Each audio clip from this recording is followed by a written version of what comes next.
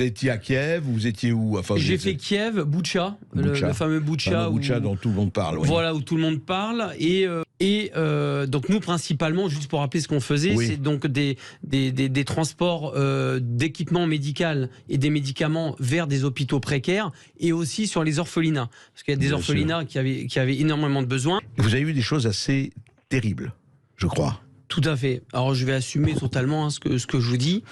Moi, sur place, j'ai été témoin de crimes de guerre. J'ai vu beaucoup de crimes de guerre. Les seuls crimes de guerre que j'ai vus pendant les jours où j'étais sur place ont été perpétrés par des militaires ukrainiens. Et non pas par des militaires russes. Ce qui ne veut pas dire... Ce qui ne veut pas dire exactement, j'allais y venir, qu'il n'y a pas de crimes de guerre russes, mais il y en a aussi au niveau ukrainien. Vous avez assisté... Et on n'en parle pas. C'est ça, moi. Quand je suis rentré en France, j'ai été extrêmement choqué, même des personnes qui sont invitées sur les plateaux télé à droite à gauche. 80% de ces personnes-là ne sont pas allées au moment où il y a la guerre et se permettent de parler, etc. Ça m'insupporte. Parce que entre ce que je vois et ce que j'entends sur les plateaux télé et ce que j'ai vu sur place, il y a une autoroute. Pour moi, c'est abominable. Je vais par exemple parler des militaires Azov. Les militaires Azov, à la base... Mais vous avez vu où ils sont partout? Ils sont partout. Ah, pas seulement à Azovstal, ou etc. Même à Lviv. Ils sont même à Lviv, à l'ouest. Ils ont leur scratch, avec vous savez, le beau scratch néo-nazi. Ça se tient aussi à le dire. Pour moi, ce qui me choque énormément, c'est que l'Europe donne quand même de l'armement à des militaires, pour moi, néo-nazis, avec un sigle néo-nazi. On n'en parle pas, il suffit de regarder. C'est un ancien sigle SS qui est brandi partout en Ukraine. Et ça pose, on le voit partout. Partout. Et ça ne pose aucun problème. Moi, j'ai travaillé avec ces gens-là, je leur ai donné des médicaments, etc. Vous savez quelles étaient leurs conversations devant moi? Parce que je comprends un petit peu l'ukrainien et le russe, et beaucoup parlent anglais.